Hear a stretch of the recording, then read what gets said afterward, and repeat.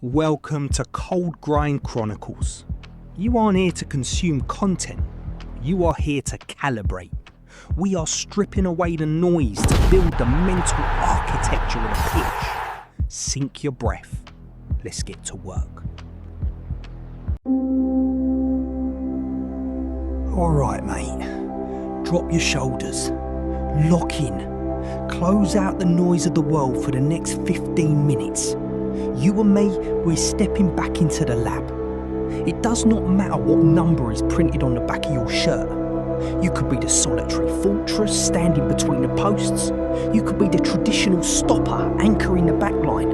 Or you could be the dynamic winger out on the flank. The protocol we are downloading today is mandatory for survival at the elite level. Today, we execute the integrity and focus protocol. We are learning exactly how to deal with toxic noise. Let me ask you something. Have you ever lost your head on the pitch? Have you ever let a dirty tackle, a terrible referee, or a loudmouth opponent get under your skin? You get angry, your vision narrows, you lash out, you catch a silly yellow card, and suddenly you aren't playing football anymore. You're playing their game. You let them live rent-free in your head, and because of that, you let your squad down.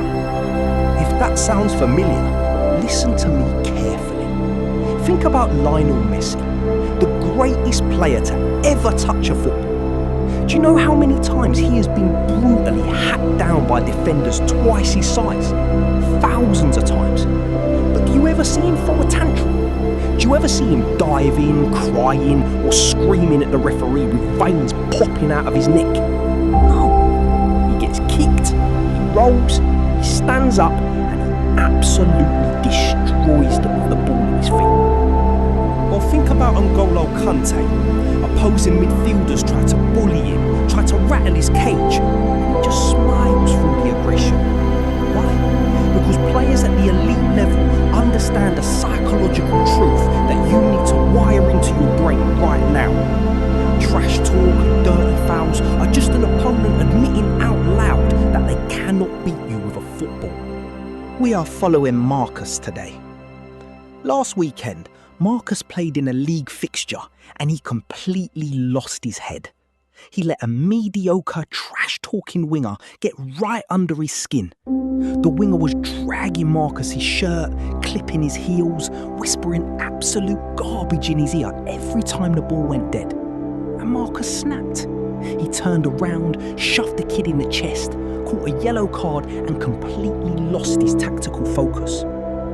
2 minutes later, still fuming, he missed his defensive rotation. The opposition scored. They lost 1-0. Marcus walked off the pitch with his head down, blaming the referee, blaming the weather, playing the victim. But here in the Cold Grind ecosystem, mate, we do not play the victim. We believe in controlling the controllables. That is the Stoic Truth. You can't control the referee's whistle. You can't control the freezing weather. You can't control the fact that the opposition centre-half is a toxic bully. But you have absolute, unbreakable sovereignty over your own response. Character over reputation. Saturday morning, 6 a.m, the reset begins. Marcus wakes up. The alarm goes off in the pitch black. What does he do? He executes the first whistle standard. If you've been listening to the earlier tracks in the series, you know this one. This is your layered learning refresher. Before he checks his phone, before he even leaves the room, he makes his bed with military precision. Tight corners, clean lines. He's winning the mental first tackle of the day. He's proving to himself that he's disciplined when no one is watching. By 7:30 a.m, Marcus is at the local club. He's the first one there. He walks into the dressing room and it's an absolute state. Dried mud on the floor, empty tape rolls kicked into the corner by the older academy lads. Marcus doesn't complain. He executes a second habit, the York code, club stewardship. He grabs a heavy, stiff bristled broom and he sweeps the mud out the door. He lines up the gaffer's cones for the session. Why? Because true character is built in the shadows. If you can humble yourself to sweep a dirty floor for your squad without asking for a thank you, you strip away your ego. You realise your worth isn't tied to your pride. And when you have no ego, a cheap insult from a rival has absolutely nothing to attach itself to. It just bounces off. Marcus finishes sweeping. He stands in the quiet, spotless dressing room. He brings proper order to the chaos. He looks down at his club tracksuit. He raises his right hand and taps his chest right over the club badge 2 sharp times. Tap, tap. I am here for the badge, not my ego. Fast forward to 1 p.m. It's a high-stakes cup match against Kingswood Academy. Kingswood is notorious. They don't play tactical football, they play street fights. They rely on physical bullying, leaving late studs in, and a constant stream of snide, toxic remarks. The environment is incredibly hostile. The air is freezing, a biting winter wind cutting through your base layer like broken glass. The grass is heavy, muddy and slow. On the touchline, the Kingswood parents are already screaming, leaning over the barriers, creating a wall of toxic noise before the whistle is even blown. You can taste the metallic, copper tang of adrenaline in the back of your throat. It's time for the invisible armour. Out on the pitch for warm-ups, the Kingswood players are putting on a circus. They're doing flashy, useless step-overs, laughing loudly, staring down Marcus and his boys, trying to establish dominance through arrogance. Marcus sees them, but he executes habit-free, the internal scoreboard. He actively defeats the comparison trap. He refuses to look at them. He measures his warm-up purely against his own internal metrics. Are his hips opening up correctly on the half-turn? Is the contact on the heavy, wet ball clean and firm? He ignores their flash. If you look at the circus, you become a clown. Marcus stays locked in his own standard. 10 minutes to kick off. The boys are crammed into the narrow concrete tunnel. The echoing shouts from the opposition are deafening. Marcus feels his heart hammering against his ribs. He closes his eyes and initiates the breathwork anchor. Breathe with him now. Inhale through the nose for 4 seconds. 1, 2, 3, 4. Hold it. Exhale out the mouth for 4 seconds. Hold the empty lungs. He is physically dragging his heart rate down, finding absolute stillness while the opposition hypes themselves into a chaotic, messy frenzy. The referee calls them out as Marcus steps out of the dark tunnel and his boots hit the freezing, squelching mud. He executes habit 5, another tool from your mental toolkit, the Van Dyke pause. He stops dead on the touchline. For 3 deliberate seconds, he scans the pitch. He takes in the hostile parents, the aggressive opponents, the biting wind. He accepts all the uncontrollable variables. He reaches up and taps his chest over the badge. Tap, tap. The armour is on.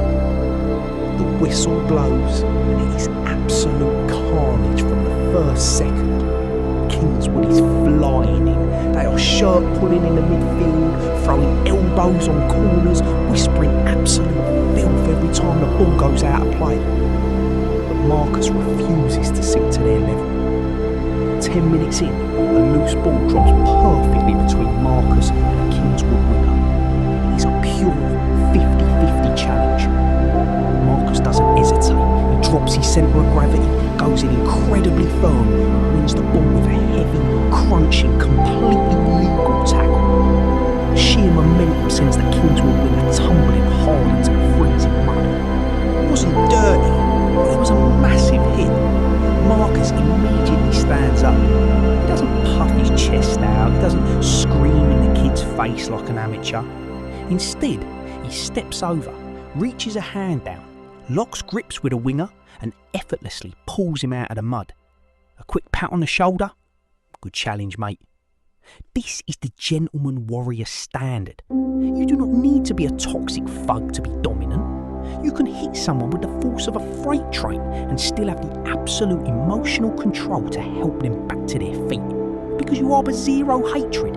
It's just football. But the Kingswood central midfielder, the team's loudmouth bully, sees this. He jogs past Marcus, sneers and mutters, "You're soft, mate. Keep playing nice. We're gonna snap you." And the referee? He is a 15-year-old kid in an oversized yellow ref shirt that is practically swallowing him. He is terrified. He is completely overwhelmed by the speed of the game and the grown men screaming at him from the touchline. He's blowing the whistle 3 seconds late, missing clear fouls, freezing under the pressure. 25 minutes in, the Crucible arrives.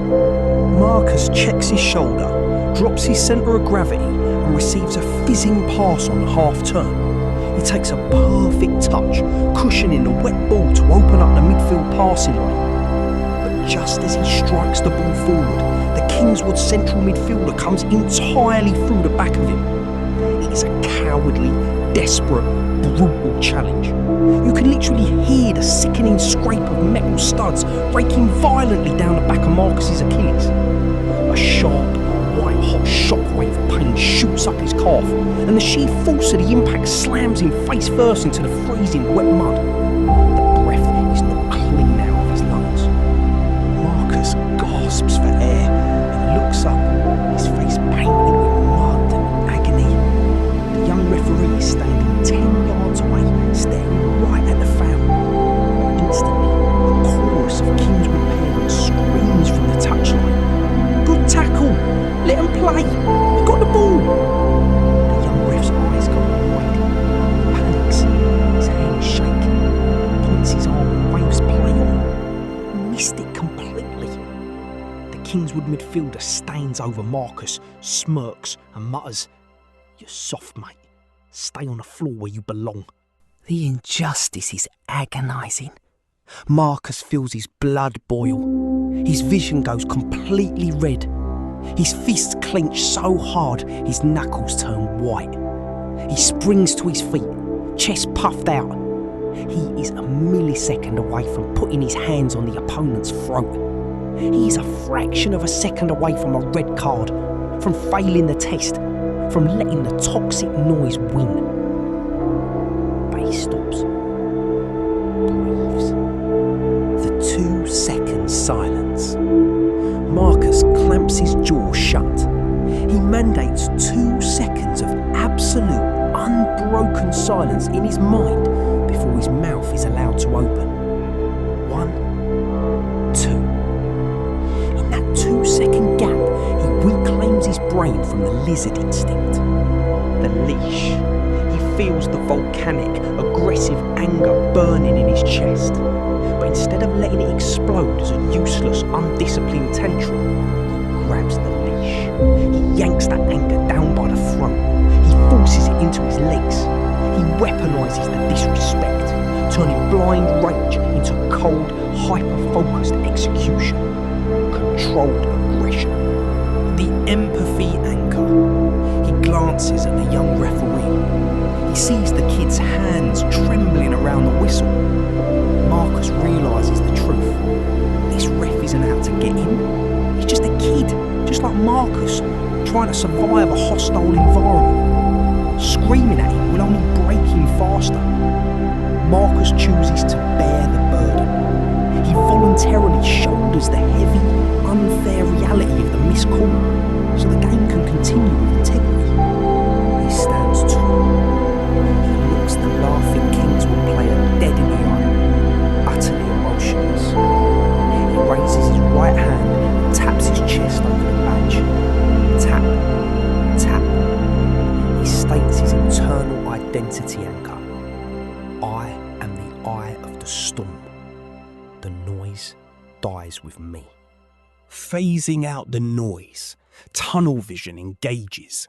The loudmouth's laughter becomes muted static. The screaming parents fade into complete silence. The biting wind disappears. All that remains in Marcus's universe is the heavy, wet ball, the green grass, and the geometry of the pitch. Complete sovereignty. The hero moment. Play resets from a throw-in. The Kingswood midfielder, fueled by his own arrogant adrenaline, demands the ball. He takes a heavy, sloppy touch, looking to show off. Marcus doesn't yell for a pass. He doesn't go hunting for a revenge tackle. That's amateur behaviour. Instead, he simply reads the play faster than anyone else on the pitch. With terrifying, silent, predatory precision, Marcus anticipates the movement. As the opponent tries to turn, Marcus steps across his path, drops his centre of gravity and delivers a biomechanically perfect, completely legal shoulder charge. He uses the opponent's own arrogant momentum against him. The impact is a heavy, satisfying thud. The loud mouth is flattened, sent tumbling head over heels into the cold mud, completely stripped to the ball. Marcus doesn't even glance down at him. He drives forward into the spatial vacancy. He spots the run of his striker, and with a heavy, precise swing of his boot, he threads a devastating 40-yard laser pass right through the chaotic Kingswood backline. The striker takes one touch and buries it into the bottom corner. 1-0. Silence on the touchline. The shield. The Kingswood players completely lose their heads. They start swarming the young referee, screaming for a foul on their midfielder that simply wasn't there. In the chaos, Marcus's own left back, running hot on adrenaline, sprints toward the ref to argue back. Marcus is there in a flash. He grabs his teammate firmly by the scruff of the shirt and physically pulls him away from the confrontation. He elevates his squad. "Leave him!" Marcus barks, his voice acting as the absolute authority on the pitch. "We do not talk to the ref. We let the ball do the talking. Get back in shape." Winning with honour. The Kingswood squad is fractured, arguing with each other in the mud. Marcus has every right to go over and laugh in the midfielder's face, to give him the trash talk right back. But he doesn't. He turns his back on the noise. It's just a cold, professional jog back to the centre circle. Let the scoreboard talk. He refuses to lower his standard to meet theirs. The habit echo. As Marcus jogs back, he taps the badge on his chest one last time. Tap, tap. At that exact moment, his mind feels exactly like the quiet, spotless dressing room he swept at 7 o'clock this morning. Clean, ordered, totally free of trash.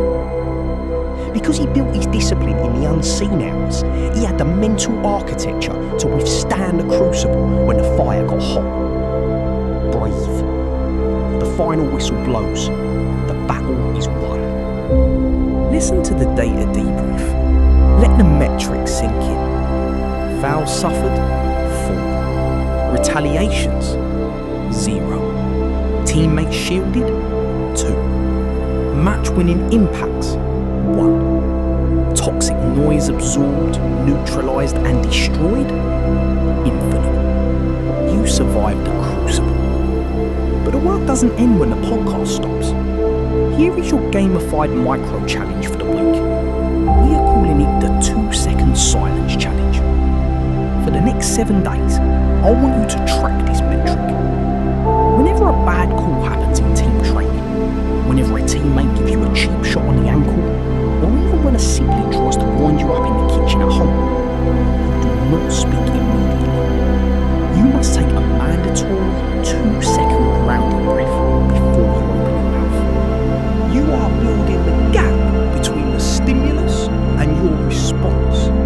That 2-second gap is where your entire future as an elite athlete lives.